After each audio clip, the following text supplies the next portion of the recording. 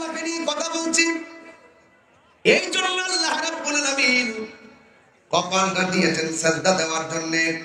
এই জন্য আহলুস সুন্নাত ওয়াল জামাতের আকীদা হলো আল্লাহ ছাড়া কাউকে সিজদা করা যাবে না, আল্লাহ ছাড়া কারোর কাছে মাথা নত করা যাবে না।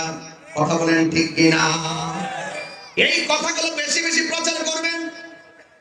কোন জায়গায় মাজারে কোন বেড়া গাঞ্জা খাইছে, কোন মাজারে কোন বেড়া শরীয়ত বহির্ভূত কাজ করছে, হিডা টেগাই না লাগাই দেন তাহিরির উপরে। আমি এই দুঃখটা রাখার জায়গা আজকে বগুড়াতে ভাইকেরা দীক্ষা যাই, যে মাজারের ভিতরে যায় গাঞ্জা খাইছে, যেই ব্যক্তি মাজারের শরীয়ত বহির্ভূত কাজ করছে, আমরা তারে দইরা বান্দা পুলিশের কাছে দিয়ে দিব। তাই বলে কি মাজার ভাঙা যাবে? খুব মনোযোগ দিয়ে, এগুলো কিন্তু উস্কানি, এগুলোতে পা দিবেন না। এই দেশে ইসলাম আনছেন আল্লাহর ওলিগণ। কথা বলেন না কেন? এই যে কথাগুলো বলছে, এগুলো আমরা ওলি আল্লাহর পর্যায়ক্রমে পাইছি।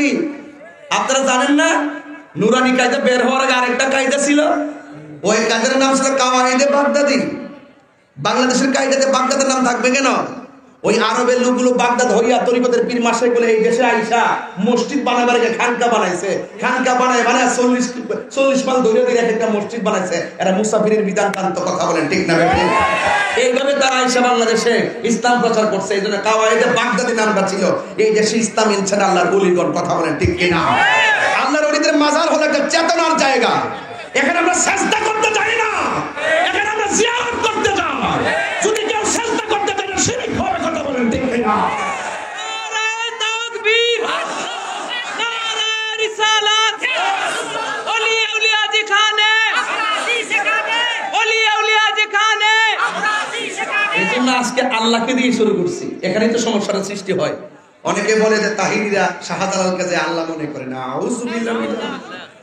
তাহিরিরা ওয়াজের ভিতরে আল্লাহ আল্লাহ জিকির নাম বাদ দিয়া এমুক বাবা হেমুক বাবার জিকির করে। আচ্ছা, এমুক বাবা হেমুক বাবার নাম কি জিকির? এটার কথা হইল আপনি আমার নাম নিয়েছেন, এজন্য আমার এখানে কি স্লোগান দিছে? নারায়ে তাকবীর। কি দিছে? কার স্লোগান দিছি? নারায়ে রিসালাত। কার স্লোগান দিছি?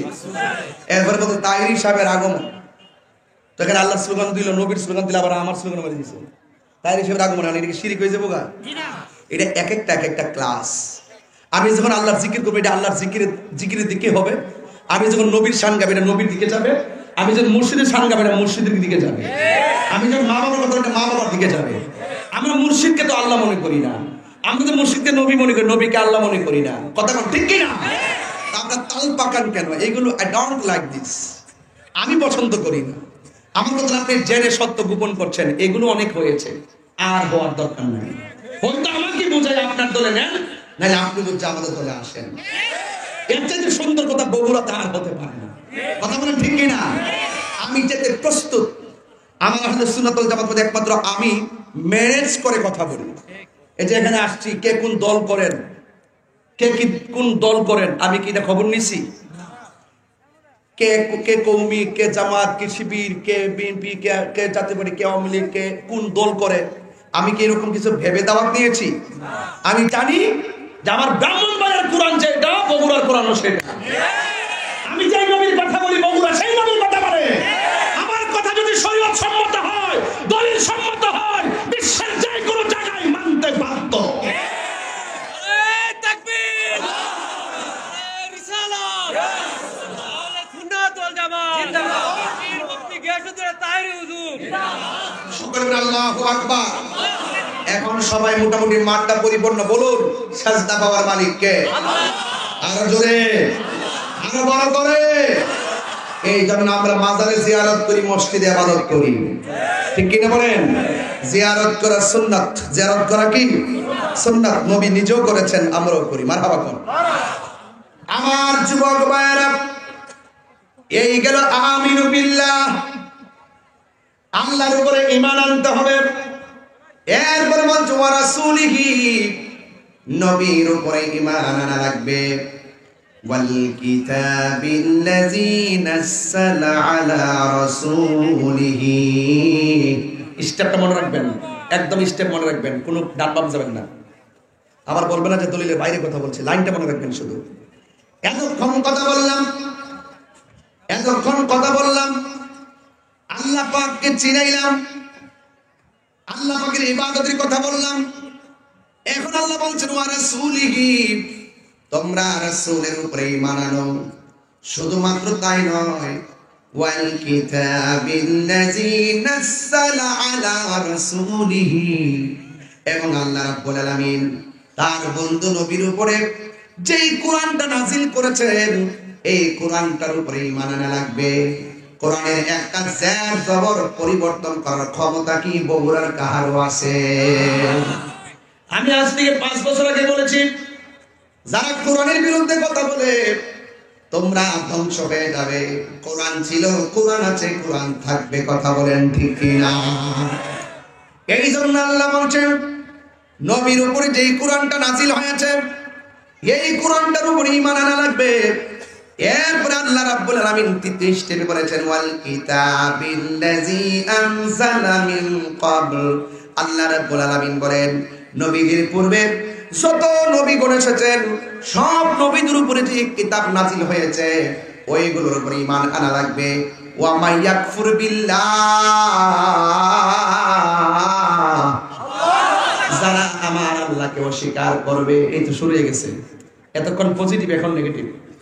ওয়া মাইয়াকফুর বিল্লাহ, যারা আল্লাহকে অস্বীকার করবে, ওয়া মালাইকাতিহি, এবং যারা ফেরেশতাদেরকে অস্বীকার করবে, ওয়া কুতুবিহি, আসমানি কিতাবগুলোকে অস্বীকার করবে, ওয়া রাসূলিহি, এবং আল্লাহর রাসূলকে যারা অস্বীকার করবে, ওয়াল ইয়াউমিল আখিরি, এবং যারা আখিরাতকে অস্বীকার করবে, ফাকাদ দাল্লা দালালাম বাঈদা, ওই সমস্ত মানুষগুলো ঘোর অন্ধকার ভ্রান্তির মধ্যে ডুবে যাবে।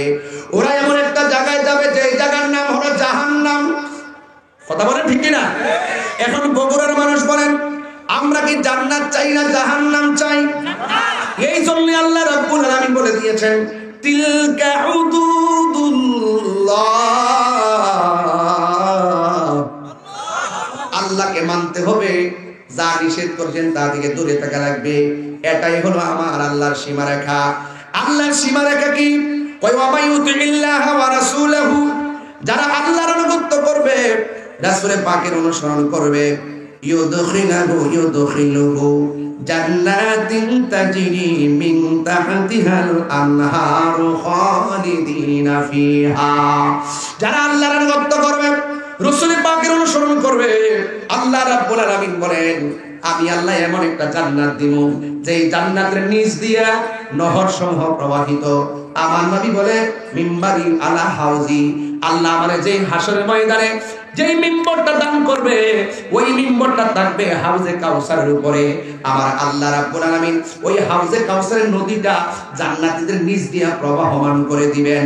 চিৎকার মেরে কি আল্লাহু আকবার বলা যাবে না?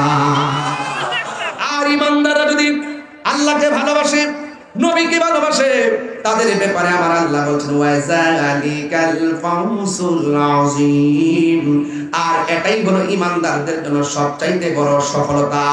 এই জন্য যুবক ভাইরা আমার 5 ওয়াক্ত নামাজ পড়তে হবে, রোজা রাখতে হবে, হজ করতে হবে, যাকাত দিতে হবে, খেদমত করতে হবে, মা বাবার খেদমত, আল্লাহ পাকের ইবাদত, নবীর মুহাব্বত, আউলিয়া কেরামের সুহবত, হক কথা, ন্যায্য কথা, সভ্য কথা, অভদ্র আচরণ পরিত্যাগ করতে হবে। আমার আল্লাহ রাব্বুল আলামিন বলেন যারা আল্লাহর সীমারেখার ভিতরে থাকবে না তাদের ব্যাপারে আমার আল্লাহ বলছেন ওয়া মাইয়াউসিল্লাহ ওয়া রাসূলহু ওয়া ইয়াতাআদ্দা হুদুদাহু ইউদখিলুহু নারা। চিৎকার করে কন্যা আল্লাহু আকবার। যারা আল্লাহর সঙ্গে নাফরমানি করবে এমন লোক আছে না নাই? অনেক নাস্তিক দেখবে বিদেশে পয়সা আল্লাহকে গালি দেয়। আলোচনা আছে না নাই বলেন? কিছু কিছু নাস্তিক আছে যারা আল্লাহর অস্তিত্ব নিয়েও কথা বলে, বিয়াদবি করে, আল্লাহ পাকের ওয়াহদানিয়াতের বিরুদ্ধে কলম ধরে। আল্লাহ রাব্বুল আলামিন বলেন ওয়া মাইয়াসিল্লাহ, যারা আল্লাহর সঙ্গে নাফরমানি করবে, ওয়া রাসূলহু, এবং তার রাসূলের সঙ্গে নাফরমানি করবে, আমার আল্লাহ বলতেছেন ইয়াতাআদ্দা হুদুদাহু, আল্লাহ রাব্বুল আলামিন তাদেরকে তাদের সীমা লঙ্ঘন করবে। আল্লাহর সীমারেখার সীমা লঙ্ঘন যারা করবে, ইউদখিলুহু নারান, তাদেরকে আল্লাহ রাব্বুল আলামিন জাহান্নামের ভিতরে প্রবেশ করিয়ে দিবেন। ওয়ালাহু আযাবুম মুহিন, আর জাহান্নামের জায়গাটা বড় অপমানজনক আর লজ্জাজনক। জাহান্নামের জায়গাটা অনেক অপমানজনক। দুইটা রাস্তা ক্লিয়ার করে দিলাম, আল্লাহ মানা নবী মানা নয়, নবী মানলেই আল্লাহ মানা হয়। কথা বলেন ঠিক কিনা? আল্লাহ যে একজন আছে হিন্দু জানে কি জানে না? এরপরে তারা ইমানদার নয়, তারা শিরক করে। কথা বলেন ঠিক কিনা? আল্লাহ যে একজন আছে খ্রিস্টানরা জানে কি জানে না? আল্লাহ যে একজন আছে ইহুদিরা জানে কি জানে না? আল্লাহ যে একজন আছে মুসলমান জানে কি জানে না? এবার আসেন দেখি, আল্লাহকে সবাই এক হিসাবে জানে, এরপর সবাই নাফরমান কেন? কারণ অনেক ধর্মের মানুষগুলো আমার নবীরে মানে না। নবীরে না মানার কারণে তারা ভিন্ন ধর্মের মুশরিক। কিন্তু তাই বলে অন্য ধর্মের মানুষ হলেও তাদের উপরে আমরা জুলুম করতে পারবো না। আল্লাহর হাবিব বলেছেন, তোমরা তাদের সঙ্গে ভালোবাসা স্বরূপ আচরণ করো, তাদের উপর তাদের কাছে তোমাদের দ্বীনের দাওয়াতগুলো দিতে থাকো। যার ভাগ্য ভালো সে ইসলাম ধর্ম গ্রহণ করবে। মন্দ কথা নয়, হক কথা বলে দিয়ে যায়। আমার জীবনেও আমার হাতে প্রায় 30 থেকে 35 জন হিন্দু কালিমা পড়ে মুসলমান হয়েছে।